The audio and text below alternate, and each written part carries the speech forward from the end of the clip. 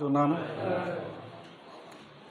దేవుడిచ్చిన కృపను బట్టి, ప్రేమను బట్టి మరలా నేను మీతో కలుసుకోవటానికి, మీతో ఈ సమయాన్ని గడపటానికి దేవుడు నాకు ఇచ్చినటువంటి ఈ గొప్ప తరుణం కొరకు మొదటిగా దేవునికి కృతజ్ఞతలు, అదేవిధంగా మీ అందరికీ క్రీస్తు ప్రభు పేరట వందనాలు తెలియజేస్తున్నాను.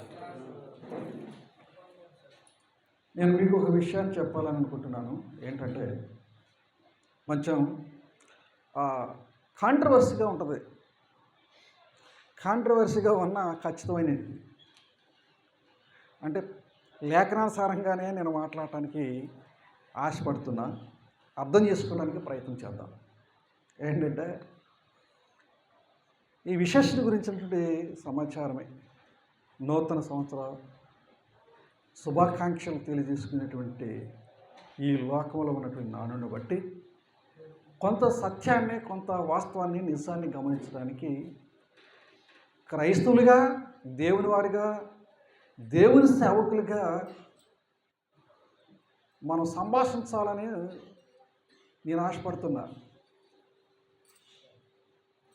ఈ ఖచ్చితమైనటువంటి మాటలు చెప్తూ ఉంటే, వాస్తవాలు చెప్తుంటే అలవాటు పడినటువంటి ఎవరైనా సరే, ఈ లోకంలో ఎవరైనా సరే వాస్తవాన్ని చెప్తూ ఉన్నప్పుడు అలవాటు పడిన దానికి అభ్యంతరంగా ఉన్నప్పుడు ఇబ్బందిగా ఉంటుంది. చూద్దాం. క్రీస్తు ప్రభు వారిని గురించినటువంటి మాటలు మనం ఆలోచించేద్దాం. అంటే క్రీస్తు ప్రభు వారు ఆయన తన దేవుని రాజ్యాన్ని గురించి లోకంలో తిరుగుచూ ప్రకటన చేస్తూ ఉన్నప్పుడు, దేవుడు ఎందుకైతే తనను ఈ లోకానికి పంపించాడో ఆ లోకంలో తన పని చేస్తూ ఉన్నప్పుడు, తన యథార్థమైనటువంటి శాశ్వతమైనటువంటి తన పనిని కొనసాగిస్తూ ఉన్నప్పుడు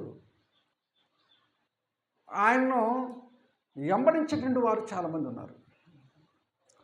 కొందరు ఆయనను వెంబడిస్తూ ఏం చేశారంటే ఆయన ద్వారా భౌతిక సంబంధమైనటువంటి, శారీరక సంబంధమైనటువంటి ఆనందాన్ని కూడా పొందారు. ఎట్లంటే అద్భుతాలు, సూచక్రియలు చూసి ఆనందించారు, సంతోషించారు. తర్వాత ఆయన ప్రార్థన చేస్తే రొట్టెలు, చేపలు తృప్తిగా తిని సంతోషించినటువంటి సందర్భాలు కూడా ఉన్నాయి. అదే సమయంలో, అదే విధంగా నాటి కాలంలో యేసు ప్రభు ఉన్నటువంటి సమయంలో సువార్త పనిలో మరికొందరు కూడా వెంబడించారు. వారెవరంటే యూదులలోనూ ఇశ్రాయేలులో ఉన్నటువంటి ప్రజలే వాళ్ళు కూడా. యూదుల్లోనూ ఇశ్రాయేలులో ఉన్నటువంటి ప్రజలే వారు కూడా. ఏంటి యూదుల్లో, ఇశ్రాయేలులో ఉన్నటువంటి ప్రజలు ఏంటంటే 5 రకాలుగా ఉన్నారు. పరిసయ్యులు, సద్దూకయ్యులు, శాస్త్రులు, సుంకర్లు, జలోతీలు. 5 రకాల తెగలు. వారెవరు అంటే యూదుల, ఇశ్రాయేలు ప్రజలలో నుండే ఉన్నారు. వారు కూడా క్రీస్తు ప్రభు వారిని వెంబడిస్తున్నారు. వారు కూడా క్రీస్తు ప్రభు వారిని వెంబడిస్తున్నారు. వీరెందుకు వెంబడిస్తున్నారు అంటే వీరికి ఒక స్వార్థం ఉంది. వీరు వెంబడించడానికి కూడా ఒక ఆలోచన ఉంది. ఎందుకంటే వారికి అనుగుణంగా, వారికి అనుకూలంగా యేసు ప్రభు సువార్త ప్రకటన చేయట్లేదు. ఆ సువార్త ప్రకటన వల్ల వారికి అనుకూలంగా ఏ విధమైనటువంటి సహకారం జరగట్లేదు. జరగనటువంటి పరిస్థితుల్లో యేసు ప్రభు వారిని ఈ యూదులలో, ఇశ్రాయేల్లో ఉన్నటువంటి 5 తెగల ప్రజలు ఆయన వెంబడించడానికి ప్రయత్నం చేస్తూ ఆయనను అవమానపరచడానికి, ఆయన మీద నేరం మోపడానికి, నెపాలు మోపడానికి ప్రయత్నం చేస్తున్నారండి. పరిశుద్ధ గ్రంథాన్ని ఒకసారి మనం పరిశీలన చేసినట్లయితే, ఈ పరిశుద్ధ గ్రంథంలో ఉన్న విషయాన్ని ఆలోచన చేసినట్లయితే, మత్తయి సువార్తను 16వ అధ్యాయం మొదటి వచ్చిన భాగాన్ని మనం పరిశీలించడానికి ప్రయత్నం చేద్దాం. అప్పుడు అప్పుడు పరిసయ్యులను సద్దుకైలను వచ్చి ఆయనను శోధించుటకు ఆకాశము నుండి ఒక సూచక్రియ తమకు చూపుమని ఆయనను అడగగా, ఇక్కడ ఈ గ్రంథంలో ఉన్నటువంటి లేఖనాలను సరిగ్గా అర్థం చేసుకోవడానికి ప్రయత్నం చేద్దామండి. మనం యేసుక్రీస్తు ప్రభువారిని శోధించడానికి బయలుదేరారు, వాళ్ళు వెంబడిస్తున్నారు. యేసు ప్రభువుని శోధించడానికి బయలుదేరి ఆయన చేస్తున్న ప్రతి పనికి వారికి అనుకూలంగా లేనటువంటి ఈ యొక్క బోధ, ఈ యొక్క ప్రకటన, ఈ యొక్క సేవ అనుకూలంగా లేకపోవటం మూలంగా ఆయన ఇరికిని పెట్టేటువంటి ప్రయత్నం చేస్తున్నారు. క్రీస్తు ప్రభువారి మీద నేరం మోపడానికి ప్రయత్నం చేస్తున్నారు. క్రీస్తు ప్రభువారి మీద శోధించడానికి ప్రయత్నం చేస్తున్నారు. వారిని క్రీస్తు ప్రభువారిని అన్ని రకాలుగా ఇబ్బంది పెట్టడానికి ప్రయత్నం చేస్తున్నారు. మరొక లేఖనాన్ని కూడా మనం పరిశీలన చేసినట్లయితే, ఇక్కడ లోకస్వార్త 14వ అధ్యాయము 14వ వచనానికి 19వ చూడండి. లోకస్వార్త 14వ అధ్యాయము 1వ వచనం అండి. క్షమించండి. విశ్రాంతి దినమున ఆయన భోజనము చేయుటకు పరిసయ్యుల అధికారులలో ఒకరిని ఇంటికి వెళ్ళినప్పుడు ఆయన ఏమి చేయను అని వారు ఆయనను కనిపెట్టుచుండిరి. అప్పుడు జలోదర రోగము గల ఒకడు ఆయన ఎదుట ఉండెను. యేసు విశ్రాంతి దినమున స్వస్థపరచుట న్యాయమా కాదా అని ధర్మశాస్త్రోపదేశకులు పరిసయ్యులను అడగగా వారు ఎలాగో అనుకుంటున్నారు. ఈ సందర్భాన్ని కూడా గమనించండి. అంటే యేసు ప్రభు ఏం చేస్తాడు? ఎక్కడికి వచ్చాడు? సద్దుకైల అధికారుల్లో ఒకరింటికి వచ్చాడు. అంతేనా? యేసు ప్రభు ఏం చేస్తాడా అని కనిపెడతాడు. అంటే ఏదో ఒక నేరం మోపాలని, ఏదో తప్పు పట్టుకోవాలని, ఈయన బోధలో తప్పు ఉందని, తప్పు చూపించాలని ప్రయత్నం చేస్తున్నారు వాళ్ళు. ఆ సమయంలో ఒక తప్పు దొరికింది అన్నట్టుగా వాళ్ళు ప్రయత్నం చేస్తున్నారు. ఏంటంటే ధర్మశాస్త్ర సంబంధమైనటువంటి విషయాల్లో ఈయన పాటిస్తున్నాడా లేడా, ధర్మశాస్త్రాన్ని అనుసరిస్తున్నాడా లేదా. మరి ధర్మశాస్త్రము మన పితరుల దేవుడు యెహోవా దేవుడు ఇచ్చినటువంటిది కదా, అది మన మోషే ద్వారా ఇచ్చినటువంటిది కదా, అది మన పవిత్ర గ్రంథం కదా. పవిత్ర గ్రంథము చెప్పినట్లుగా నడుస్తున్నాడా లేదా అని పరిశీలించారు. అయితే ఆ అధికారింటికి వెళ్ళినప్పుడు ఈయన ఏం చేస్తాడని ఆలోచనతో వచ్చారు కదా. వచ్చినప్పుడు తన ఎదురుగా ఇట్లాగనే జలోదర రోగం కలిగినటువంటి ఒక వ్యక్తి ఉన్నాడు. జలోదర రోగం అంటే ఏంటి తెలుసండి మీకు? జల్ అంటే ఏంటి? జల అంటే ఏంటి? నీరు. జలోదర, ఉదరం అంటే కడుపు, పొట్ట. ఈ జలోదర రోగం అంటే ఈ నీటితో ఉన్నటువంటి తన పొట్ట ఒక జబ్బు ఉంది. ఆ జబ్బు కలిగిన వ్యక్తి మనిషి సన్నగా పేలగా ఉంటాడు, పొట్ట మాత్రము లావుగా ఎత్తుకుంటుంది. దాన్ని జలోదర రోగం కలిగినటువంటి వ్యక్తి యేసుప్రభు ముందున్నాడు. అతను చూసి యేసుప్రభు ఆ రోజు విశ్రాంతి దినమున ఏం చేస్తాడని ఆలోచన చేసి తప్పు పట్టుకోవడానికి, నేరాన్ని పట్టుకోవడానికి వాళ్ళు ఎదురు చూసి ఆ జలోదర రోగం కలిగినటువంటి వ్యక్తిని బాగు చేయడం చూసి, విశ్రాంతి దినమున ఈయన ఏంటి చేస్తాడు? విశ్రాంతి దినమున ఏం చేయకూడదు కదా. ఏం చేయకూడదండి విశ్రాంతి దినమున? మోషే ధర్మశాస్త్ర ప్రకారం ఏ పని చేయకూడదు, అంతే కదా. ఏ పని చేయకుండా, వ్యవసాయం చేయకుండా, వ్యాపారం చేయకుండా, కూలి పని చేయకుండా, ఇహలోక సంబంధమైన పని ఏది చేయకుండా వారు ఆరాధించాలి, అంతే. ఈయన ఆరాధనలో లేడా? ధర్మశాస్త్ర ప్రకారము ఆయన దేవాలయానికి వెళ్ళలేదా? ఆరాధించట్లేదా?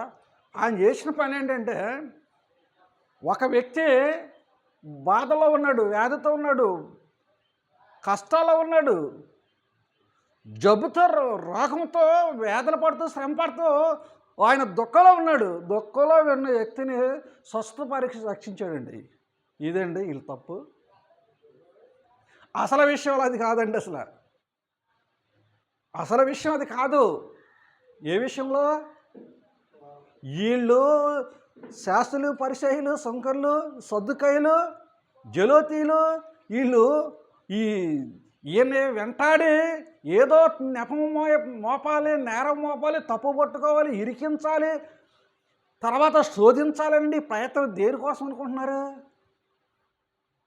వీళ్ళు ఎవరో ఇశ్రాయేలీలు, యూదుల్లో ఉన్నటువంటి ఈ తెగలు దేవుని ప్రజలుగా ఉనికిని కలిగి ఉన్నటువంటి నడుచుకున్నటువంటి వారు. అమ్మో మా గ్రంథాన్ని, మా ధర్మశాస్త్రాన్ని ఈయన నీరుగారుస్తున్నాడు, ఇలువ లేకుండా చేస్తున్నాడు, ధర్మశాస్త్రానికి వ్యతిరేకంగా మాట్లాడుతున్నాడు, ప్రవర్తిస్తున్నాడు అని ఒక నేరం మోపడానికి వచ్చారు. కానీ ఈ గ్రంథాన్ని పట్టుకున్నటువంటి వీరు అంటే వారికి ఉన్నటువంటి ధర్మశాస్త్ర గ్రంథాన్ని అడ్డం పెట్టుకొని వారు నిజంగా ధర్మశాస్త్ర సంబంధమైన క్రియలు కొనసాగించడానికి కాదు, యేసు ప్రభు ధర్మశాస్త్రాన్ని కొనసాగిస్తూనే దేవుని యొక్క సత్య సువార్తను, దేవుని సంకల్పాన్ని ఆయన ప్రకటన చేస్తున్నాడు. దేవుని పనినే చేస్తున్నాడు. దేవుని తండ్రి ఏదైతే చెప్పాడో ఆ పని చేయడానికే ఏ ధర్మశాస్త్రం ఇచ్చినటువంటి దేవుడు ఉన్నాడో ఆ ధర్మశాస్త్రాన్ని కొనసాగిస్తూనే, ధర్మశాస్త్రానికి అనుగుణంగానే దేవుని యొక్క సంకల్పాన్ని ఆయన ప్రకటన చేయడానికి వచ్చాడు. అయినా వీరు అడ్డుకుంటున్నారు. ఎందుకో తెలుసా? చెప్పండి ఎందుకు? అదే సంఘము స్థాపించబడిన తర్వాత, దేవుని రాజ్యము భూమి మీద స్థాపించబడిన తర్వాత క్రీస్తు అనుకూలమైన బోధ అపోస్తులు పౌలు శిలలో సువార్త ప్రకటిస్తున్నప్పుడు కూడా వారిని కూడా యూదులు అనేక మంది ఏం చేస్తున్నారంటే ఆ బోధ పట్టుకోవడానికి, ఆ బోధ తప్పు పట్టడానికి ప్రయత్నం చేశారు. కారణం ఏంటి? వారికి అనుకూలంగా బోధ లేదు. ఉదాహరణకు ఒక మాట చెప్తాను. ఏంటంటే అపోస్తల కార్యాల గ్రంథము 16వ అధ్యాయము 16వ వచన భాగాన్ని ఒక్కసారి పరిశీలన చేస్తే, మేము ప్రార్థన స్థలమునకు వెళ్ళుచు ఉండగా పుత్తోను అని ఒక దయ్యము పట్టినదై సోది చెప్పుట చేత తమ యజమానులకు బహు లాభము సంపాదించుచూ వచ్చును. ఈ చిన్నది మాకు ఎదురుగా వచ్చును. ఆమె పౌలును మమ్మల్ని వెంబడించి మనుషులు సర్వోన్నతుడైన దేవుడు దాసుడు అనే ఆ చిన్నది మాట్లాడింది. ఆ చిన్నది మాట్లాడడానికి కారణం ఏంటంటే వీళ్ళు దేవుని దాసులు, దైవదాసులు, దేవుని యొక్క ఆ సేవకులను గుర్తించడానికి కారణం ఏంటంటే ఆ చిన్నదానిలో దయ ఉంది. ఆ దయ్యం పట్టినటువంటి స్త్రీ చిన్నదాన్ని ఉపయోగించుకొని ఈ లోకంలో కొందరు యజమానులు ఆమె ద్వారా ఏం చేస్తున్నారంటే లాభసాధన కలిగి ఉన్నారు. రెవెన్యూ వస్తుంది వాళ్ళకి.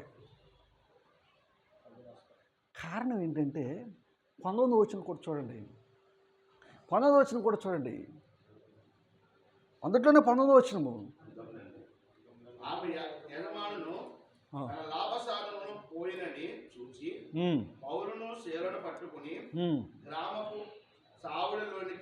ఆమె వలన తమ లాభ సాధన పోయినని తెలుసుకొని పౌలు శీలను పట్టుకొని గ్రామ సభల్లోకి ఈడ్చి కొట్టి చెరసాల్లో వేశారండి. అంటే దీని అంతటికీ మీరు మనం గమనిస్తే లోకాసువార్త 16వ అధ్యాయము 16వ అధ్యాయము 4వ వచనం చూడండి. లోకాసువార్త 16 అధ్యాయం 14వ వచనం చూద్దాం.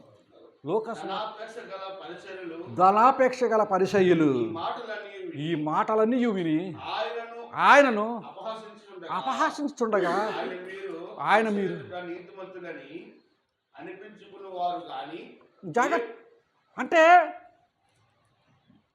ఈ పరిసయ్యులు, శాస్త్రులు, శంకర్లు, రకరకాల ఈ మనుషులు యేసు ప్రభువుని ఎందుకు అడ్డుకుంటున్నారంటే ధనాపేక్ష వలన.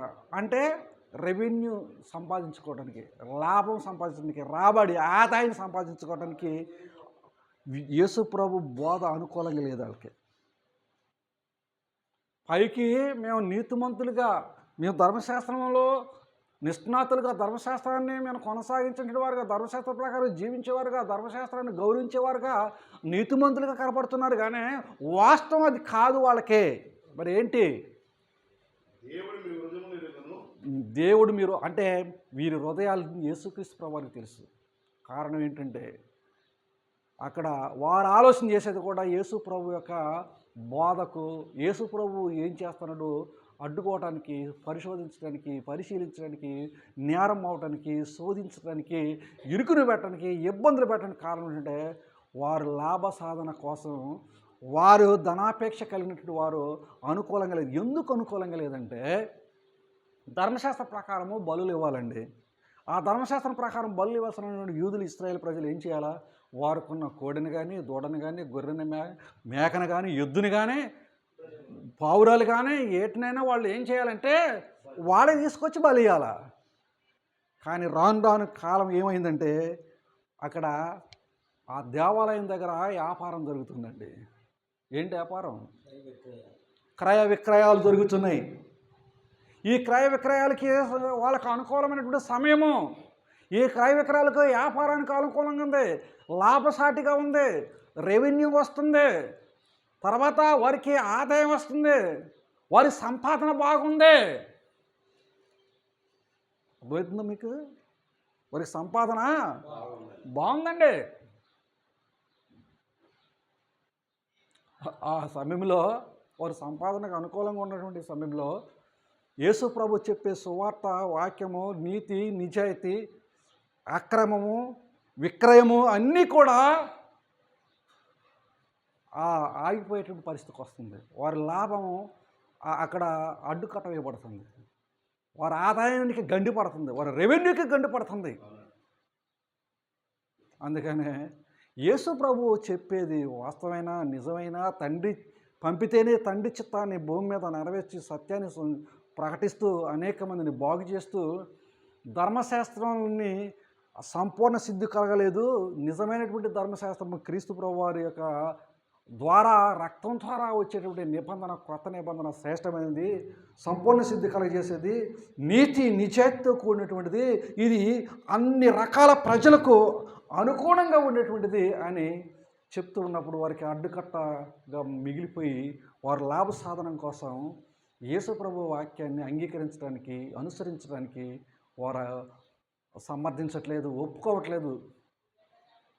కారణం ఏంటంటే వాక్యం నీతే, నిజాయితే, సంపూర్ణ సిద్ధి కలగజేసేదే, దేవుని చిత్తమే, దేవుని సంకల్పమే, దేవుని ప్రణాళికే. కానీ వారికి అనుకూలంగా లేదు. నేను ఈ మాటలు మీకు ఎందుకు చెప్పాలనుకుంటున్నారు? నా మాటలో, యేసు ప్రభు మాటలో, అక్కడ అపోస్తుల బోధ అప్పుడున్నటువంటి యూదులకి అభ్యంతరంగా ఉంది, కష్టంగా ఉంది. అది ఎప్పుడులో సంవత్సరాల నుంచి వారికి కొనసాగుతున్నటువంటి ఒక సాంప్రదాయంతో కూడినటువంటి అలవాట్లు లాభసాతంగా ఉన్నాయి. వాళ్ళకి లేవా? ఉన్నాయి. రెవెన్యూ లోటు పడిపోతుంది, వాళ్ళకి ఆదాయం తగ్గిపోతుంది. ఒక దయ్యం బట్టి చిన్నదాని ద్వారా వ్యాపారం చేసే లాభాన్ని ఎట్లా సంపాదిస్తున్నారు? అదంతా అపోస్తుల బోధ ఆ రెవెన్యూ లోటును అడ్డుకుంటుంది. అది అక్రమమే కదా. అంటే వాస్తవం చెప్పినా, వాస్తవం ప్రకటించినా, నిజమైన మేలు దొరుకుతున్నా, నిజమైన వాస్తవం దొరుకుతున్నా, తన వారుగా, దేవుని ప్రజలుగా, దేవుని వారుగా ఉన్నటువంటి వారికే ఇది ఇబ్బందికరంగా ఉంది అంటే వారికి అనుకూలంగా లేదు. ఈ విషయంలో కూడా నేను ఒక మాట చెప్పాలనుకుంటున్నాను. 2026 సంవత్సరం కదా,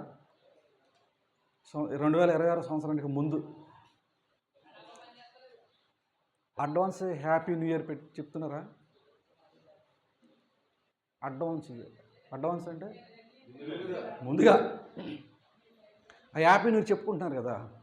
ఈ అడ్వాన్స్ హ్యాపీ న్యూ ఇయర్ ఇది నువ్వు నేనే కాదు చెప్పుకునేది.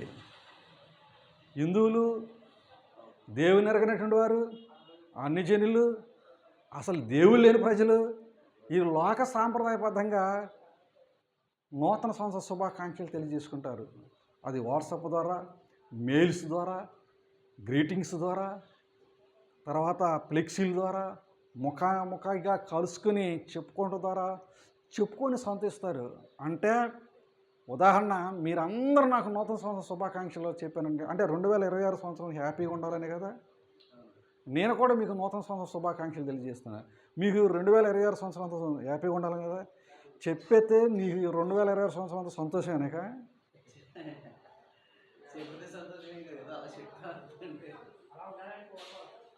అని కోరుకుంటాను. నువ్వు కోరుకోగానే 2020 సంవత్సరం బాగా ఆనందంగా హ్యాపీగా సంతోషంగా ఉంటుందా? మరి నేను చెప్పంగానే మీ అందరికీ, మీరు నాకు చెప్పంగానే నాకు 2026 సంవత్సరం హ్యాపీ న్యూ ఇయరా, నూతన సంవత్సరం అంతా సంతోషంగా ఉంటుంది నాకు. ఇది చెప్పుకొని సంతోషంగా లోకానుసారంగా వస్తున్నటువంటి ఒక సాంప్రదాయ సమాచార అలవాటు మాత్రమే, కానీ సత్యము అందుట్లో లేదు. మీరేమన్నా అందుకని నా మాటలు కొద్దిగా కాంట్రవర్సీగా ఉంటాయి. ఇదేంట్రా ఆయన వచ్చిన కాంచి ఏదో ఒకటి అంత తిరగలు చెప్తాడు, వ్యతిరేకంగా చెప్తాడు అనుకుంటే, చెప్తానికి దేవుని వాక్యాన్ని మనం గమనించితేనే మనకు అర్థమైద్ది. అర్థం కాలేదు మీకు? నిజంగా నీకు నాకు మనకే ఈ 2026 సంవత్సరము ఆనందంగా సంతోషంగా ఉండాలి అంటే, ఆనందంగా సంతోషంగా ఉండాలంటే ఏంటో తెలుసా? ఆనందంగా సంతోషంగా ఉండాలంటే అర్థం గ్రంథం నుంచి, పరిశుద్ధ గ్రంథం నుంచి మనం పరిశీలిస్తే అర్థమవుతుంది. గలతీ సంఘ అది ఏపీసీ ఇది ఫిలిప్పీ సంఘానికి పౌలు గారు చెప్తాడు. ఫిలిప్పీ సంఘానికి నువ్వు ఆనందంగా ఉండాలి కదా. 4వ అధ్యాయం 4వ వచనం చూసినట్లయితే, ఫిలిప్పీ పత్రిక 4వ అధ్యాయం 4వ వచనాన్ని మనం పరిశీలన చేసినట్లయితే, ఎల్లప్పుడూ ఆనందించుడి, ప్రభువునందు ఆనందించుడి. మరలా చెప్తున్నా, ప్రభువునందు ఆనందించుడి.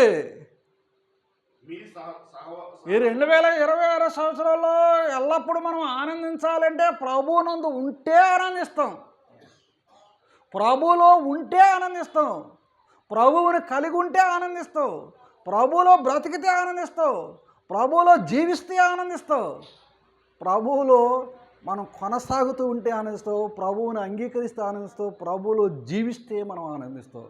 మరలా చెబుతున్నాను అంటాడు, ఒకవేళ మీ ఆనందం ఏదైనా ఉంది ఈ 2026 సంవత్సరంలో, ఆ ఆనందము ప్రభువును ఎల్లప్పుడూ ప్రభువునందు ఆనందించండి. మరలా చెప్పినా కూడా, ఎన్నిసార్లు శుభాకాంక్షలు చెప్పినా 2026లో, నువ్వు ప్రభువునందు ఆనందంటే నువ్వు ప్రభులో ఉన్నవో లేవో చూసుకో ఫస్ట్. ఆ ప్రభులో దేవుని సంకల్పానుసారంగా ఉండవో లేవో చూసుకో.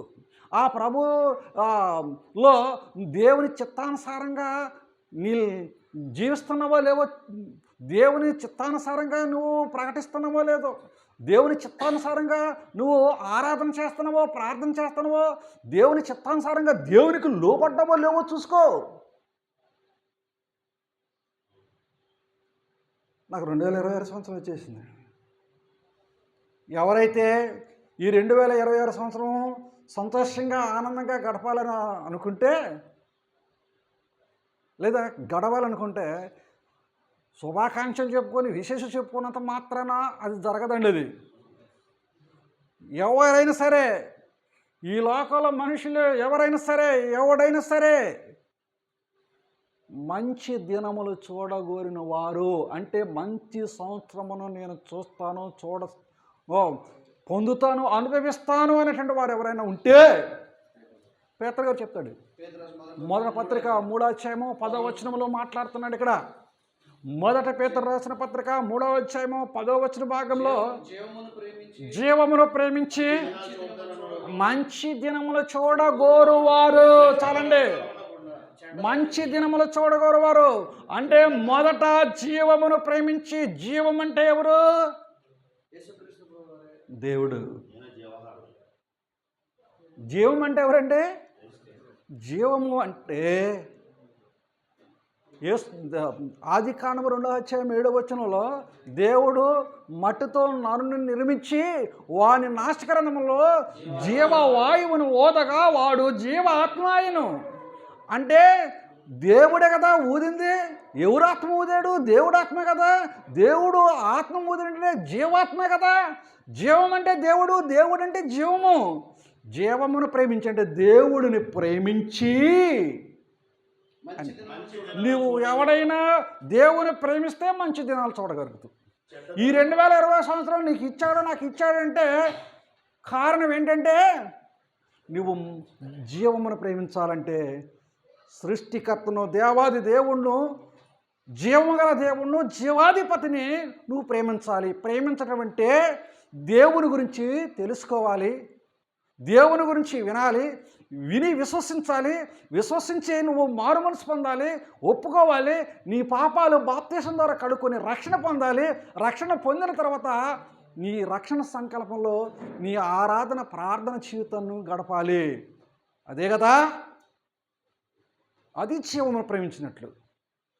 ఆ జీవమును ప్రేమించి క్రైస్తవులకు, విశ్వాసులకు చెప్పండి మాటలు, విశ్వాసులకు బోధించాలి. నువ్వు నిజంగా ఈ 2020 సంవత్సరం నుండి మంచి దినాలను నువ్వు చూడాలని ఆశపడితే, ఆలోచిస్తే, అనుభవించాలనుకుంటే నువ్వు జీవాన్ని ప్రేమించు.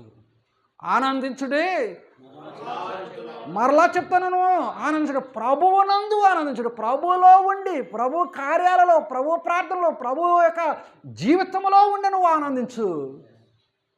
నీకు ఆనందం దొరికేది కారణం ఏంటంటే అది ప్రభువులో ఉన్న ఆనందమే ఉండాలి.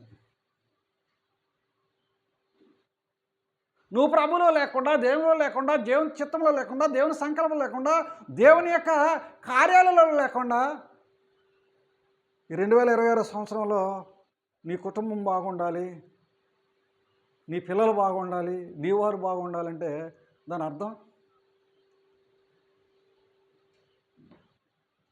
అర్థం ఏంటండి? చాలామంది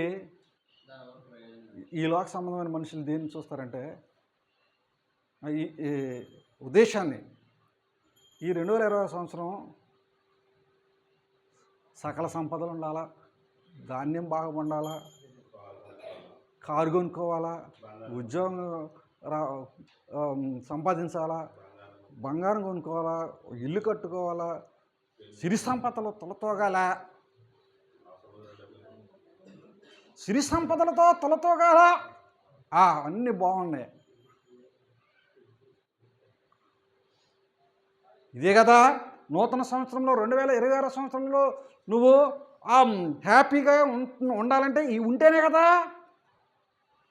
కానీ దేవుని ఉద్దేశంలో నిజమైనటువంటి హ్యాపీ న్యూ ఇయర్ అది కాదు. ఆనందించుడి, హ్యాపీ న్యూ ఇయర్ని గడపండి. ఎల్లప్పుడూ ప్రభువునందు ఆనందించుడి. మరలా చెప్పినా ప్రభువునందు ఆనందించుడి. జీవమును ప్రేమించి నువ్వు మంచి సంవత్సరం నాకు ఉండాలని చూడగోరి ఆశపడి ఆలోచిస్తే, కావాలని అనుకుంటే నువ్వు జీవమును ప్రేమించాలంటే దేవుని ప్రేమించాలి. దేవుని ప్రేమించాలంటే దేవుని ఆజ్ఞను నువ్వు పాటించాలి. దేవునిలో ఉండి, దేవునిలో లేకుండా కాదు, దేవునిలో ఉండి నువ్వేం చేయాలంటే నువ్వు ఆశపడు. అర్థమైందండి మీకు? అంటే మీకు చెప్పింది అర్థమైంది కదా.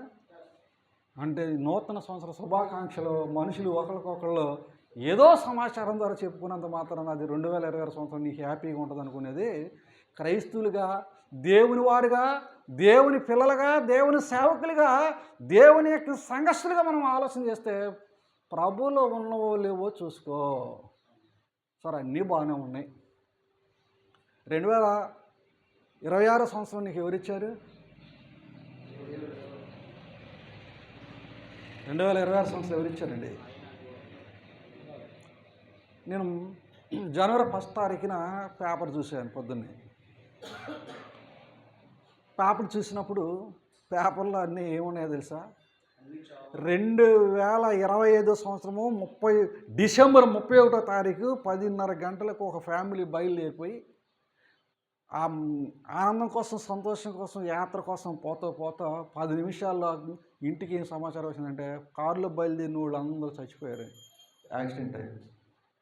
ఇంక 2-3 చోట్ల పలానా వ్యక్తులు హార్ట్ ఫెయిల్ అయ్యి హార్ట్ అటాక్ వచ్చి చనిపోయారండి. అంటే వాళ్ళు నమిసి చనిపోవాలా, నమిసి ఏం చనిపోవాలా, జబ్బుతో ఎప్పుడు చనిపోవాలా, ఎప్పుడో దీర్ఘకాల వ్యాధులతో చనిపోవాళ్ళు ఇట బయలుదేరి అట్టుపోయారు.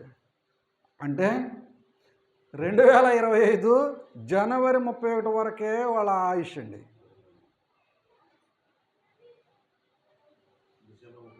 అదే డిసెంబర్ 31 వాళ్ళ ఆయుష్ అంతవరకు ఉంది. మరి మన ఆయుష్ మనకు ఆయుష్ ఇచ్చింది ఎవరు? యెషయా గ్రంథము 38వ అధ్యాయము 6వ వచనాన్ని మనం ఒకసారి పరిశీలన చేస్తే, 38వ అధ్యాయం 6వ వచన భాగాన్ని మనం పరిశీలన చేసినట్లయితే, ఇంకా 15 సంవత్సరములు ఆయుసు మీకు ఇచ్చేదను. హిజ్కియాకు అంటాడు, యెషయా ప్రవక్తను పంపించి ఏమంటాడంటే, ఇంకా 15 సంవత్సరములు హిజ్కియాకు ఆయుష్ని ఇచ్చేదను. అంటే హిజ్కియాకు ఆయుష్ను ఇచ్చాడు అంటే ఎవరు? అంతకుముందు అదే యెషయా ఏం చెప్పాడంటే, హిజ్కియాతో వెళ్ళి చెప్పు, ఆయన కాలము అయిపోయింది, ఆ ఇల్లు చక్కబెట్టుకోండి. అంటే ఇల్లు అంటే ఏంటంటే మనం ఏమైనా ఈ ఇల్లు అనుకుంటాం, హృదయం అనే ఇల్లుని చక్కబెట్టుకో, ఇక ఆయన పని అయిపోయింది. అంటే ఆయన చనిపోతాడు, ఆయన మరణదినం దగ్గరకు వచ్చింది, ఆయన ఆయుష్ అయిపోయింది చెప్పు అంటాడు.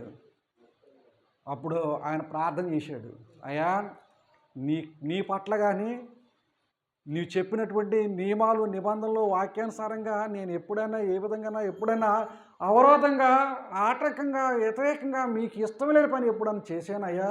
ఏ విధంగా నడుచుకుంటునో, ఏ విధంగా ప్రవర్తిస్తునో, ఏ విధంగా జీవించానో, ఏ విధంగా నీవు ఇచ్చిన ప్రజలను నేను నడిపించానో నీకు తెలుసు కదా అని ప్రార్థన చేస్తే, అదే యెషయాను పంపించి 15 సంవత్సరాల ఆయుష్ నీకు ఇచ్చేదను అని. 15 సంవత్సరాల ఆయుష్ ఇచ్చింది ఎవరు? దేవుడు. ఎవరికి? హిజ్కియాకి. అవునా? అవును కదా. 2025 దాటి 2026లోకి మనం వచ్చాం కదా. వాళ్ళు 2025 డిసెంబర్ 31కి మరణించినటువంటి వాళ్ళు చాలామంది ఉన్నారు కదా. మరి దాన్ని దాటించి మనం 2026లోకి దేవుడు మనకు ఆయుష్ ఇచ్చాడు. హిజ్కియాలాగా ఆయుష్ ఇచ్చాడంటే కారణం ఏంటి? హిజ్కియాకు ఊరికినే ఇవ్వలేదండి. అక్కడ కింద చూడండి, ఆ ఆలోచనలో కింద చూడండి, హిజ్కియాకి మీకు ఇచ్చేదను, చేతిలో పడకుండా విడిపించదును. యెహోవా తాను పలికిన మాట నెరవేరునట్టుకు ఇది యెహోవా వలన నీకు కలిగిన సూచన. ఆహాజు ఎండ గడియారం మీద సూర్యుని కాంతి చేత దిగిన నీడ మరలా 10 రెట్లు ఎక్కువ చేసేదును.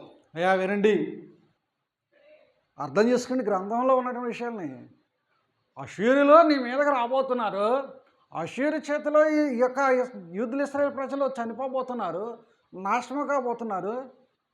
వారు నాశనం కాకుండా ఉండాలంటే, వారు యథార్థవంతులుగా నీతిమంతులుగా దేవుని నా లేఖనానుసారంగా ఉండాలంటే, ఆ ప్రజలను మరలా నువ్వు నీతిమంతుడు కాబట్టి వారిని మరలా అష్షూరు చేతుల నుంచి నిన్ను రక్షిస్తాను, అష్షూరుల చేతుల నుంచి నేను కాపాడుతాను, నీ ప్రజలను కాపాడుతాను, నీకు ఆయుష్నిస్తాను, నీకు ఇచ్చిన ఆయుష్తో ఆ ప్రజలను నడిపించు.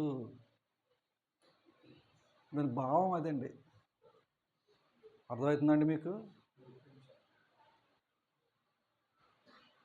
అంటే హిజ్కియా తనకి ఎవరండి? హిజ్కియా తనకు దేవునికి ఎవరు? సేవకుడే కదా. దేవుని పని కోసం ఆయన బ్రతికించిండు, దేవుని పని కోసం బ్రతికించిండు. ఆ హిజ్కియాను బతికించిండు కానీ నన్ను బతికించిండు అంటారంటవా? ఇదంతా నిజమేనా?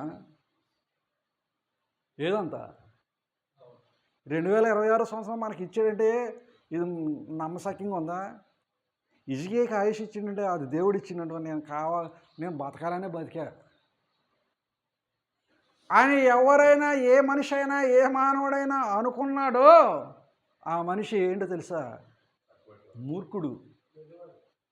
మూర్ఖుడండి, మూర్ఖత్వం, వివేకం లేనటువంటి వాడు, బుద్ధిహీనుడు, బుద్ధిహీనతను సంతరించుకున్నటువంటి వ్యక్తిగా పరిగణించుకోవాల్సిందే. అది వాస్తవం. అది హిజ్కియాను ఎందుకు ఎన్నుకుంటున్నాడు, ఎందుకు 15 సంవత్సరాల ఆయుష్ ఇచ్చాడు, అదే ఆయుష్ ప్రతి మానవుడికి ఇస్తున్నాడు అంటే హిజ్కియాకు ఒక కారణం ఉంది ఆయుష్ ఇవ్వటానికి.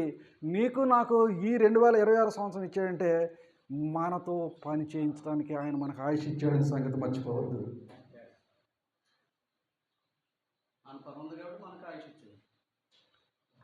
ఇది మీరు నమ్ముతారో నమ్మరో కానీ లేఖనాన్ని ఆధారం చేసుకుంటే అది వాస్తవం, అది నిజం, అది వాస్తవం, అది ఖచ్చితము. 2026 సంవత్సరము అనేటువంటిది నీవు పొందావంటే అది దేవుని చిత్తములో, దేవుని కృపలో ఈ భూమి మీద ఆయుష్ను మనం పొందటానికి హిజ్కియాలాగా పొడిగించడానికి ఏదో ఉంది. ఏదో దేవుని చిత్తంలో ఉంది. ఏదో ఉంటుందండి, ఏముంటుందండి? ఎంతమంది అండి ఈ బైబిల్ తీసుకుని నడిచేది? ఈలో ఆంధ్ర వరకే చూద్దాం. ఆంధ్రాలో 5 కోట్ల మంది ప్రజలు ఉన్నారు దగ్గరగా. ఈ 5 కోట్ల ప్రజల్లో మరి నీకు నాకు మనకు కొంతమందికే కదా ఈ బైబులు, ఈ బ్యాగు, ఈ బైబులు, ఈ సంచిలో పెట్టుకొని, సంకన పెట్టుకొని ఊరూరా, గల్లీ ప్రాంతం నువ్వు తిరగటానికి, పోరాటానికి కారణం ఏంటంటే, మరి కొంతమందిని ఎన్నుకోవటానికి, కొంతమంది తిరగడానికి కారణం ఏంటంటే, కొంతమంది ఏంటంటే ఈ సేవకులుగా కొనసాగడానికి కారణం ఏంటంటే గ్రంథాన్ని ఆధారం చేసుకొని ఆలోచించాలండి. పరిశుద్ధ గ్రంథాన్ని ఆధారం చేసుకొని ఆలోచించకపోతే అవివేకులు, అజ్ఞానం అవుతాం. అవివేకంతో, అజ్ఞానంతో నేను చేయాలని చేస్తున్నానండి, నేను చేయాలని చేస్తున్నా, నాకు దేవుడి మీద మాకు ప్రేమ ఉండి నేను నిర్ణయించుకున్నాను. ఎన్ని తలిచిన ఏది జరిగినా ఆయన చిత్తమైన సంగతి మర్చిపోయామనుకో పప్పులో కాలేసినట్లే. అంటే నిన్ను ఎందుకు 2026లో బ్రతికించాడంటే ఆయన నీ పట్ల, నా పట్ల, మన పట్ల ఒక ఆలోచన ఉంది. ఇర్మీయా గ్రంథము 1:4 చూస్తే ఇర్మీయా గ్రంథకర్త ఎంత స్పష్టంగా, ఎంత చక్కగా, ఎంత ఆ దేవుడు తనతో సెలవిచ్చినటువంటి యెహోవా వాక్కు నాకు ఎలాగూ ప్రత్యక్షమై ఇలాగూ సెలవిచ్చును, గర్భములో నేను నిన్ను రూపింపక మునిపే నిన్ను ఎరిగి తిని, నువ్వు గర్భము నుండి బయట పడక మునిపే నేను నిన్ను ప్రతిష్ఠించి తిని, జనములకు ప్రవక్తగా నిన్ను, ఏంటండి, జనములకు ప్రవక్తగా నేను నిన్ను నియమించి తిని. చాలండి. అంటే ఆ ఇర్మీయాకి చెప్పాడు, ఇర్మీయా దేవుడికి తెలుసు, దేవుడు ఇర్మీయాకి తెలుసు, నాకు దేవుడికి తెలియదంటే అందరూ సువార్త పాటిస్తున్నారు, అందరూ బైబిల్ పట్టుకున్నారు, నేను పట్టుకున్నానని అవివేకంతో, అజ్ఞానంతో ఆలోచించావో నువ్వు నేను నిజంగా అవివేకులమే. ఈ బైబిల్ పట్టుకోవడానికి, ఒక సువార్తికుడిగా, ఒక దేవుని పనివాడిగా, దేవుని సేవకుడికి ఈ లోకంలో నువ్వు కొనసాగడానికి కారణం ఏంటో తెలుసండి. ఇర్మీయా ఎలాగైతే తన ప్రజలకు ప్రవక్తగా ప్రకటించడానికి, బోధించడానికి, సేవ చేయడానికి, తన ప్రజలను దేవుళ్ళు నడిపించడానికి తల్లి గర్భమును నందు రూపింపక మునిపే సేవకుడిగా ఆయనకు తెలుసట. దేవుడికి, దేవుని పనివాడిగా తెలుసట. తల్లి గర్భం నుంచి బయటికి తీసుకొని వచ్చి ప్రతిష్ఠ చేయటంలోనే దేవుని పని కోసం తను ప్రతిష్ఠించుకున్నాడంట. అంటే ఇర్మీయాను తన సేవకుడిగా ఆ తల్లి గర్భంలో వేస్తే మరి నిన్ను, నన్ను నీ తల్లి గర్భంలో, నా తల్లి గర్భంలో, మన తల్లి గర్భంలో వేయటానికి కారణం ఏంటంటే తన సేవ కోసం నిన్ను, నన్ను ఎన్నుకున్నాడని సంగతి. ఇది నిజం, ఇది వాస్తవం. అంటే 2026 సంవత్సరం ఆయుష్ ఇచ్చాడంటే, హిజ్కియాకి ఇచ్చాడంటే దేవుని పని ఉంది అక్కడ. మనకిచ్చాడంటే మనతో పని ఉంది. మనము ఈ బైబిల్ గ్రంథాన్ని పట్టుకుని కొనసాగుతున్నామంటే ఈ సేవకుగా కొనసాగడానికి ఇర్మీయాలాగా నిన్ను, నన్ను తల్లి గర్భంలో రూపింపు మునిపే సేవకుడిగా పలానా వాళ్ళు లోకంలో నా పని చేయాలి, నా సేవ చేయాలని అనుకున్నటువంటి ఆ ఇర్మియాను మనం జ్ఞాపకం చేసుకుంటే, ఈ లోకంలో సువార్తికులు ఎవరైనా సరే అలా ఆలోచించకపోతే అజ్ఞానులమే, అలా ముందుకు కొనసాగకపోతే మూర్ఖులమే. అంటే ఈ 2026 సంవత్సరం ఈ సేవకుడిగా ఎన్నుకున్న నిన్ను నన్ను ఎందుకు ఇచ్చాడో తెలుసా? ఎందుకు ఇచ్చాడండి? హిజ్కియాకి 15 సంవత్సరాల ఆయుష్ పొడిగిచ్చాడు. 2025 డిసెంబరు 31 వరకే దాటి 2026 సంవత్సరాన్ని నిన్ను నన్ను ప్రవేశపెట్టి ఇచ్చాడంటే ఎందుకో తెలుసా? పౌలు గారు అంటాడండి. ఏమంటాడో తెలుసా? కొరింథీ రాసిన మొదటి పత్రిక 16:9 మాట్లాడతాడండి. కొరింథీ రాసినటువంటి మొదటి పత్రికలో 16:9 పౌలు గారు మాట్లాడతాడు. నాకు ఈ కాలము, ఈ సమయము, ఈ సంవత్సరం నాకు ఇచ్చాడు అంటే ఎందుకు దేవుడు నాకు ఇచ్చాడు? ఎందుకు దేవుడు నాకు ఇది కార్యానుకూలమైన సమయము నాకు ప్రాప్తించను అంటాడు.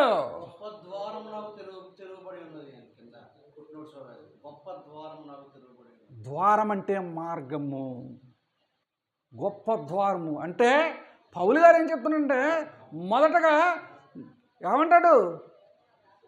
కార్యానుకూల సమయము నాకు ప్రాప్తించను. కార్యం అంటే ఏ కార్యం అనుకుంటున్నారండి?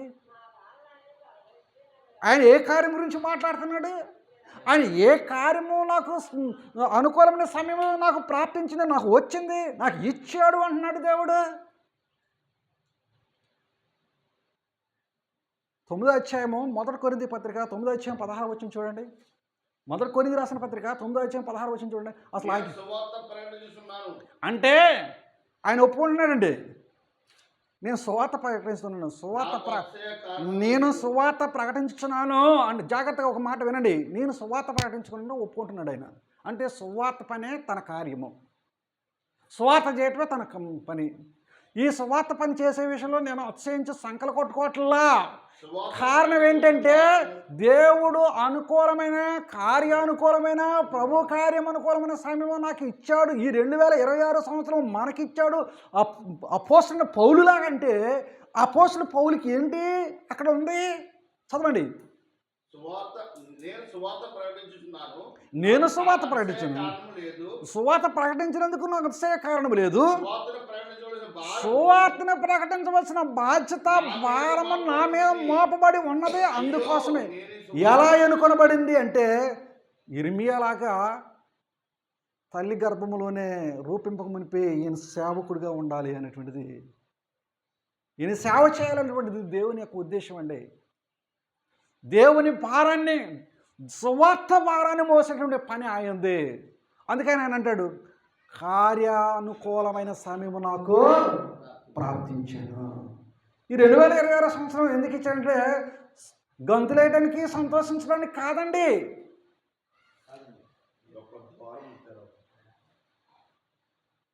ఎందుకు ఇచ్చాడండి? 2026 సంవత్సరం పొందుతున్నామంటే హ్యాపీ న్యూ ఇయర్, నూతన సంవత్సర శుభాకాంక్షలు అని మనం అంటే సరిపోదు. అక్కడ కార్యానుకూల సమయము నీకెందుకు ప్రాప్తించింది? 2026 సంవత్సరము నీకెందుకు, నాకెందుకు, మనకెందుకు సువార్తికుడిగా ప్రాప్తించిందంటే ఎందుకు? దేవుని పని చేయడంలో, దేవుని పనిలో ప్రభువునందు ఉన్నాను, ప్రభువుని ప్రేమిస్తున్నాను, ప్రభువులో జీవిస్తున్నాను, ప్రభు కోసం ప్రాణాన్ని ఇస్తున్నాను. ఒకవేళ చనిపోయినా బ్రతికినా ప్రభు కోసమే బ్రతుకుతున్నానని నువ్వు అనుకుంటే అప్పుడు నీకు 2026 సంవత్సరం సంతోషకరమైన సంవత్సరం.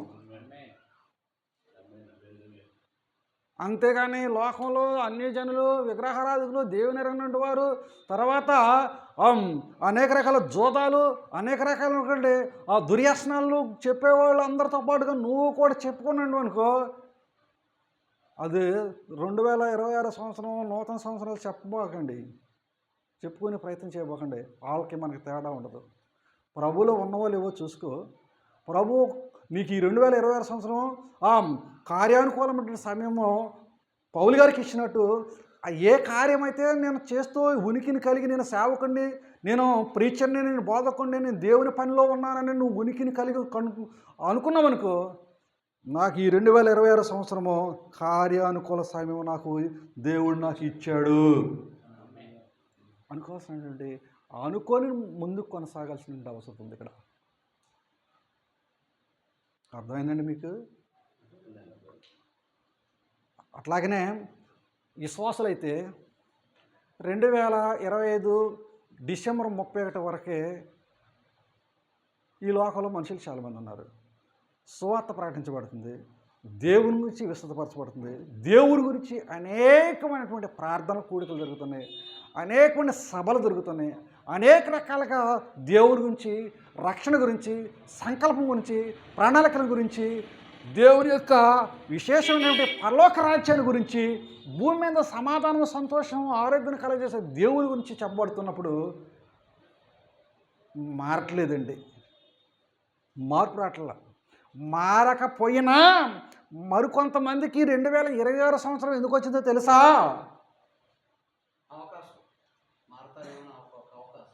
ఎందుకో తెలుసా? ఎందుకండి?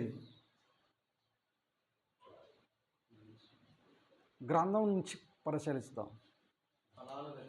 అపోస్తుల కార్యాల గ్రంథము 17వ అధ్యాయము 25వ వచనాన్ని మనం పరిశీలన చేయాలండి. 25వ వచనాన్ని మనం చదువుకుందాం. గ్రంథం నుంచి 17వ అధ్యాయము 25వ వచనాన్ని మనం ఆయన అందరికీ జీవమును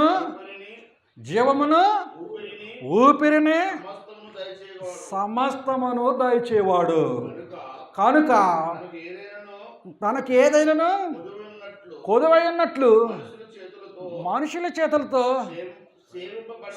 సేవింపబడేవాడు కాడు. మరియు యావత్ భూమి మీద కాపరం ఉండుటకు ఆయన ఒక నుండి ప్రతి జాతి మనుషులను సృష్టించి వారు ఒకవేళ దేవుణ్ణి తడువలాడి కనుగొందురేమో అని 2026 సంవత్సరం ఇచ్చాడు ఆయనకి.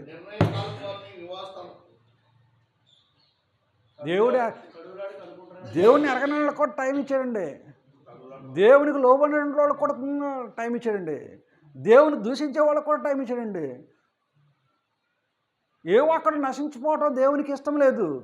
ఆయన దీర్ఘశాంతం కలిగినటువంటి వాడు కాబట్టి మురుకులకి, నీచులకి, నికృష్టులకి, దరిద్రులకి, తర్వాత వ్యసనకారులకి, దురాలోచన, దుష్టత్వం కలిగిన వారు కూడా మళ్ళీ 2026 సంవత్సరం ఆయుష్ ఎందుకు పొడిగించే అవకాశం ఇస్తున్నాడంటే ఈ భూమి మీద, ఈ యావత్ భూమి మీద కాపురం ఉండే సమస్త జనులందరూ, సమస్త మానవ వాళ్ళందరికీ ఈ 2026 సంవత్సరం ఆయుష్ ఎందుకు ఇచ్చాడు అంటే, ఒకవేళ ఈ సృష్టికర్తను సృష్టించిన ప్రతి మానవుడు భూమి మీదకి రావడానికి కారణం ఎవరో, ఏంటో, ఎందుకో, ఎలాగో తెలుసుకునే తడువలాడి గ్రంథం ద్వారా వాస్తవంగా సృష్టికర్తను తను సృష్టించిన దేవాది దేవుడు నిజదేవుడిని కనుగొందురేమో అని నిర్ణయ కాలము, మరొక నిర్ణయ కాలాన్ని నేను నీకు ఇచ్చాడు అంటాడు ఇక్కడ. మరి ఆ పనికిమాలినాడు కూడా 2026 సంవత్సరం వచ్చిందండి. ఆ దొంగకు కూడా 2026 సంవత్సరం వచ్చిందండి. ఆ దుర్మార్గుకు కూడా 2026 సంవత్సరం వచ్చిందండి. ఆ నీచుడు కూడా 2026 సంవత్సరం ఉంది. ఆ పనికిమాల దానికి కూడా 2026 సంవత్సరం వచ్చిందంటే ఏం దేవుడురా? దేవుడు నీకులాగా, నాకులాగా, మనకులాగా ఆలోచన చేసేవాడు కాదు.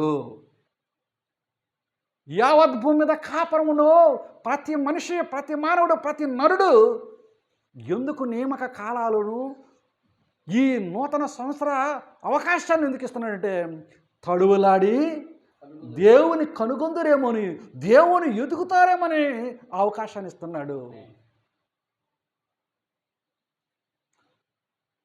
అవకాశాన్ని వినియోగించుకొని ఈ భూమి మీద కాపురం ప్రతి ఏ మానవుడైనా, ఏ జాతి మనిషి అయినా సరే, ఏ దేశస్థుడైనా, ఏ కులస్థుడైనా, ఏ గ్రామస్తుడైనా, ఏ రంగు కలిగిన వాడైనా, స్త్రీలైనా, పురుషులైనా, చిన్నవారైనా, పెద్దవారైనా, వృద్ధులైనా, యవనస్తులైనా సరే ఈ అవకాశాన్ని ఎందుకు ఇస్తున్నాడంటే దేవుణ్ణి తడువులను కనుక్కుంటామేమో. ఈ 2026 సంవత్సరాన్ని సద్వినియోగం చేసుకుని దేవుళ్ళు అందు ఉండి ఆనందిస్తావేమో, జీవమును ప్రేమిస్తావేమో, జీవమును ప్రేమించి దేవుల్లో ఉండి మంచి సంవత్సరాల్లో మంచి దినాల్లో చూడగోరి దాంట్లో నువ్వు అనుభవ జీవితాన్ని కొనసాగిస్తావేమో అని చెప్తున్నాడు అక్కడ. అందుకు 2026 సంవత్సరం వచ్చింది. విశేష చెప్పుకున్నంత మాత్రాన 2020 సంవత్సరం నీకు నాకు రాలేదండి సుమా. అర్థమవుతుందా మీకు? అయితే ఇక్కడ సేవకులుగా మనం గమనించాలి. ఇది క్రైస్తత్వం లేనటువంటి వారు ఎవరైతే ఉంటే క్రైస్తవులుగా ఉండటానికి ప్రయత్నం చేయాలి, దేవుని ఎతకాలి, దేవునిలోనికి రావాలి. ఇక మనం ఆల్రెడీ దేవుల్లో ఉనికిని కలిగి క్రైస్తవులుగా ఉండి సేవకులుగా భూమి మీద ఉనికిని కలిగి ఉన్నామండి, అంతేనా? మరి కలిగి ఉన్నప్పుడు మనము దేవుడు ఈ 2026 సంవత్సరాన్ని అనేక మంది సేవకులకు పోయిన సంవత్సరంతో కథం చేసి ఈ సంవత్సరాన్ని మనకిచ్చాడంటే హిజ్కియాకి ఎందుకు ఇచ్చాడు? దేవుని పని కోసం ఇచ్చాడు. ఎందుకు నిన్ను పుట్టించాడు? ఇర్మియాలాగా దేవుని పని కోసం నీ తల్లి గర్భంలో, నా తల్లి గర్భంలో, మన తల్లి గర్భంలో మనల్ని సేవ పని చేయడానికి తను సేవకుడిగా ఎరిగి నిన్ను సృష్టించాడు. అవునా? అందుకని పౌలు గారు అన్నాడు, ఈ సంవత్సరం నాకు మరొక సంవత్సరం వచ్చిందని చెప్తున్నాడు అక్కడ. మరొక సంవత్సరం వచ్చిన సమయంలో ఆయన మాట్లాడుతుంది ఏంటంటే కార్యానుకూల సమయం నాకు ప్రాప్తించింది. అంటే ఈ సంవత్సరాన్ని నేను పొందాను అంటే, మరొక సంవత్సరాన్ని నేను పొందానంటే ఈ సంవత్సరం పొందడానికి కారణం ఏంటంటే కార్యానుకూలం. ప్రభు పని, ప్రభు సేవ చేయటానికి భారం నా మీద ఉంది.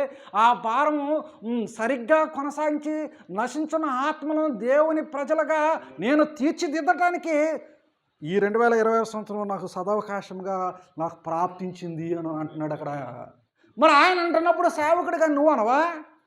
నేనన్నా ఈ లోకంలో సేవకులందరూ అందుకనే అనుకోవాలండి.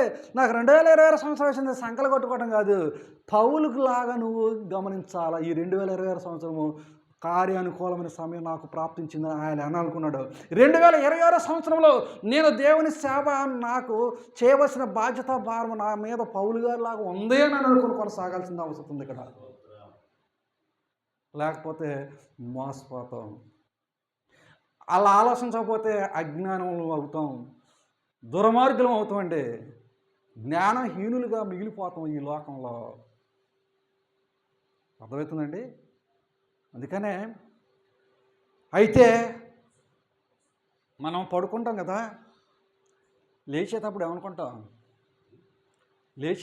పడుకొని లేచేటప్పుడు ఏమనుకుంటాం? బయట పిట్టలు అరుస్తుంటాయి, కాకులు అరుస్తుంటాయి, కొంతమంది అలజడి చేస్తుంటారు, వాహనాలు పోతూ ఉంటాయి, వస్తూ ఉంటాయి, శబ్దం వినపడుతుంటుంది.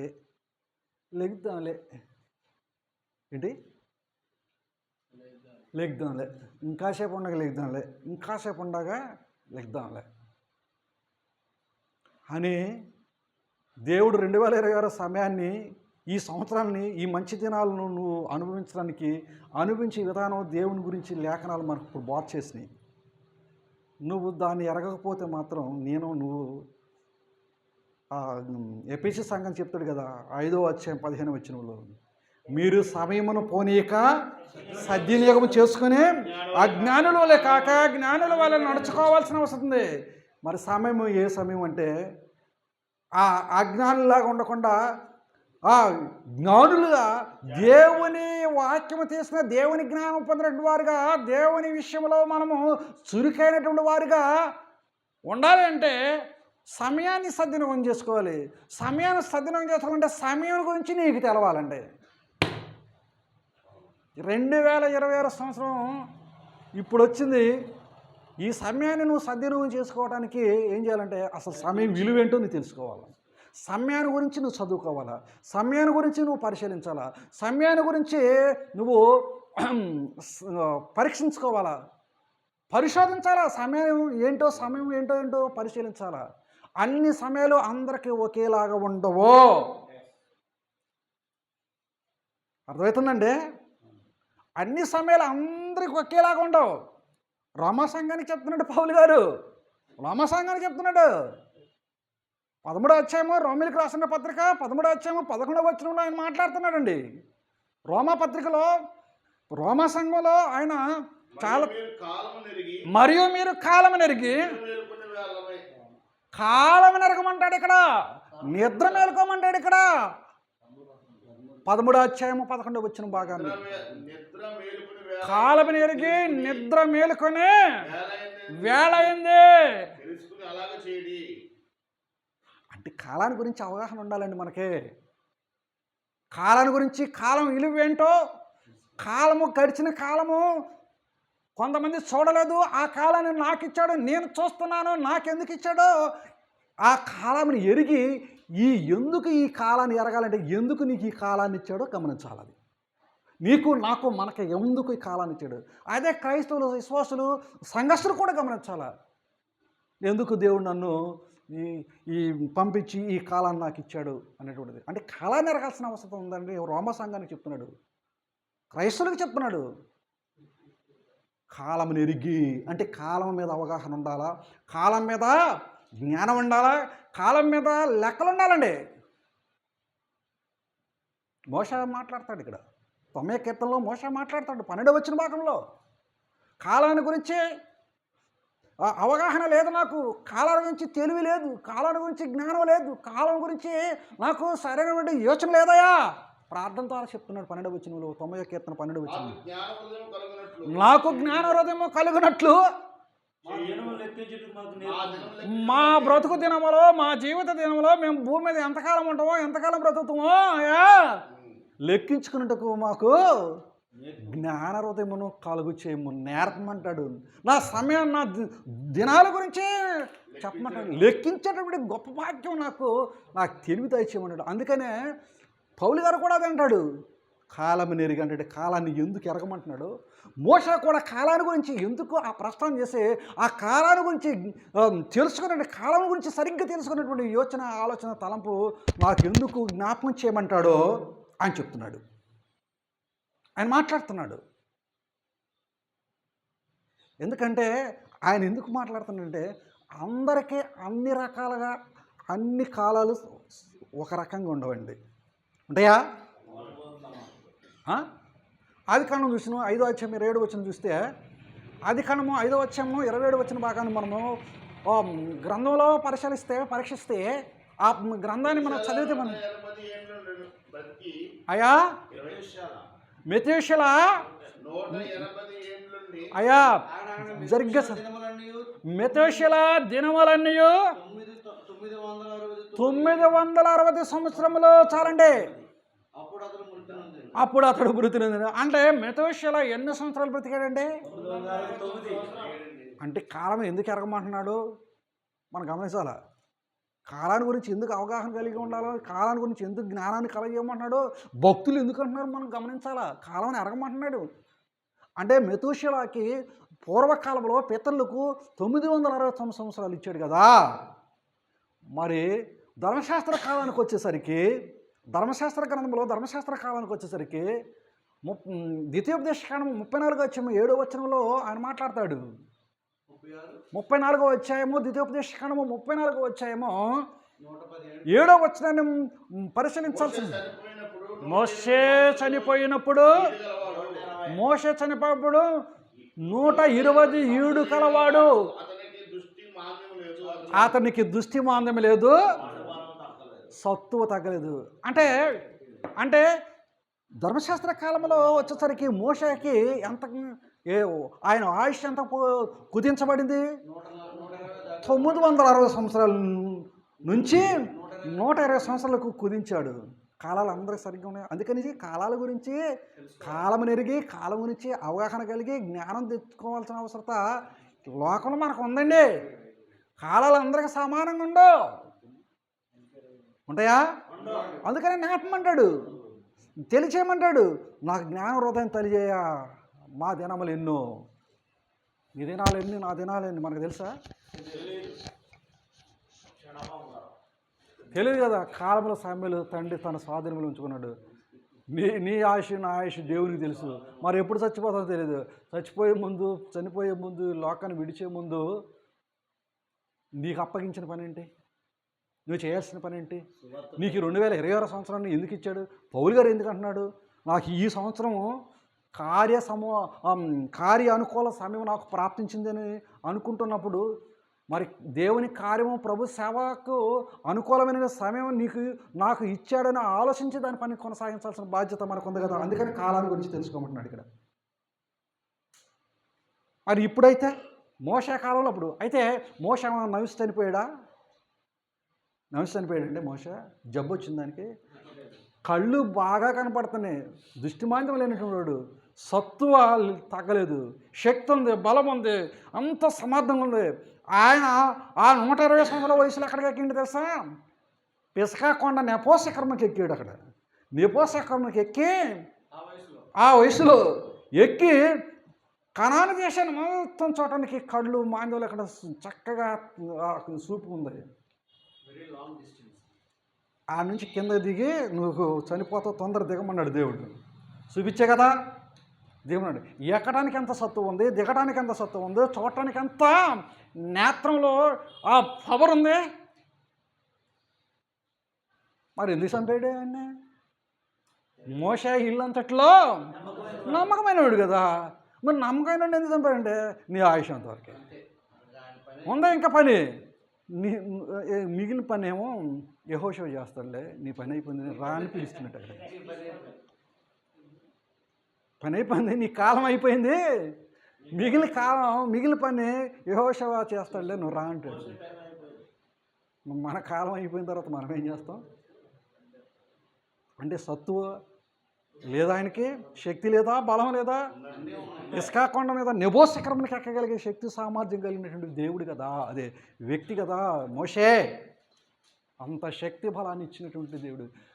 అందుకనే పౌలు గారు అంటాడు, ఈ శక్తి ఈ బలము, ఈ శక్తి ఈ బలము, ఈ ఆరోగ్యము ఈ ఆయుష్ ఈ సంవత్సరం మనకి పౌలు గారు ఏంటంటే కార్యానుకూల సమయం దేవుడు నాకు ఇచ్చాడు, ప్రాప్తించింది అంటున్నాడు. 2026 సంవత్సరం మనకు కూడా ప్రాప్తించిందని నువ్వు అనుకోకపోతే, నేను అనుకోకపోతే మూర్ఖులు అండి. కాబట్టి ఈ ఇచ్చినటువంటి సమయాన్ని సద్వినియోగం చేసుకోవాల్సిన బాధ్యత మందే. నేను ఎందుకు చెప్తున్నానంటే తెలుసా, ఇచ్చిన సమయాన్ని సరిగ్గా వినియోగించుకోలేదనుకో మరంట దానియేలు గ్రంథంలో 2వ అధ్యాయం 9వ వచనంలో, దానియేలు గ్రంథంలో 2వ అధ్యాయం 9వ వచనంలో అక్కడ ఒక మంచి మాట రాయబడి ఉందండి. మంచి మాట రాయబడి ఉంది, చూడండి ఆ మాట. దానియేలు గ్రంథం 2వ అధ్యాయం 9వ వచనము.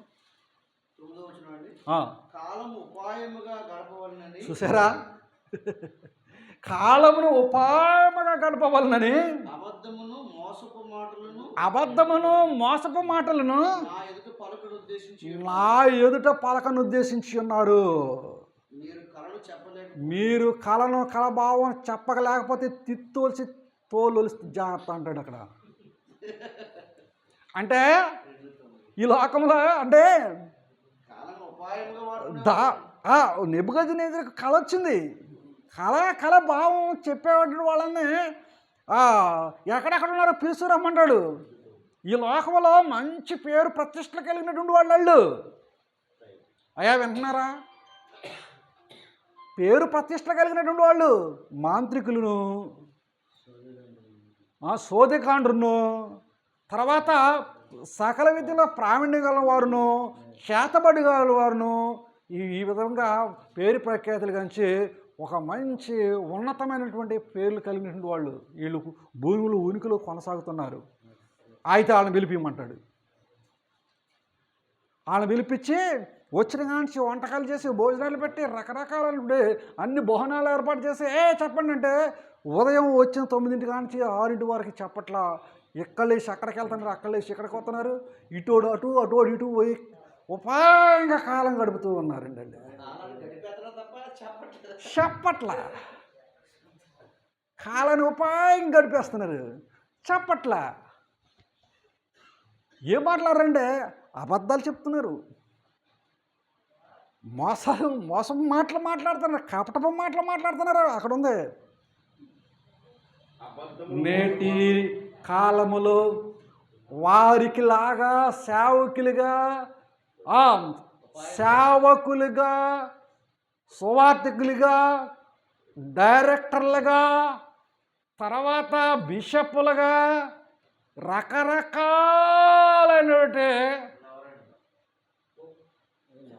మనుషులు ఉపాయమే గడిపేస్తే రకరకాలైనటువంటి పేర్లుగాంచినటువంటి మహానుభావులు, బోధకులు, సువార్తికులు, స్వస్థత వరాలు కలిగినటువంటి మహానుభావులు కాలమును చక్కగా ఉపాయంగా గడిపేస్తున్నారు. సత్యం చెప్పడానికి నీ తెలవక. ఇలా తెలుసా సత్యం చెప్పం? కళాభావం చెప్పడం తెలుసా? ఈ మాట నేను ఎందుకు చెప్తున్నాను అనుకున్నారే? వారికిలాగా కాలాన్ని ఉపాయంగా గడిపేటువంటి వాళ్ళు ఉన్నారండి. లేరా? ఉపాయం అంటే కూలీలు ఉంటారు కదా, కూలీలు ఎప్పుడైనా గమనించారు మీరు?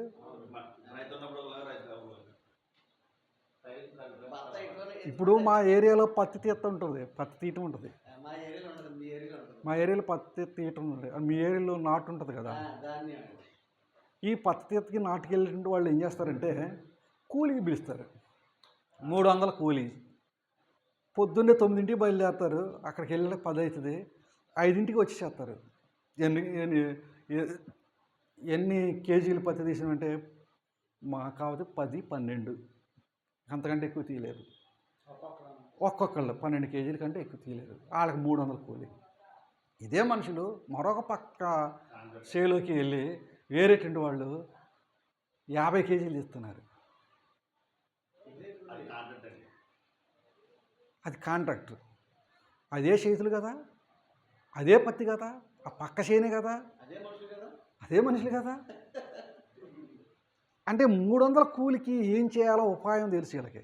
అంటే ఉపాయంగా అని యోబు గ్రంథం 7వ అధ్యాయం మొదటి వచనం చూడండి. అక్కడ యోబు గ్రంథము 7వ అధ్యాయము మొదటి వచనం చూడండి. ఇక్కడ యోబు గ్రంథము 7వ అధ్యాయము మొదటి వచనం చూడండి. ఇక్కడ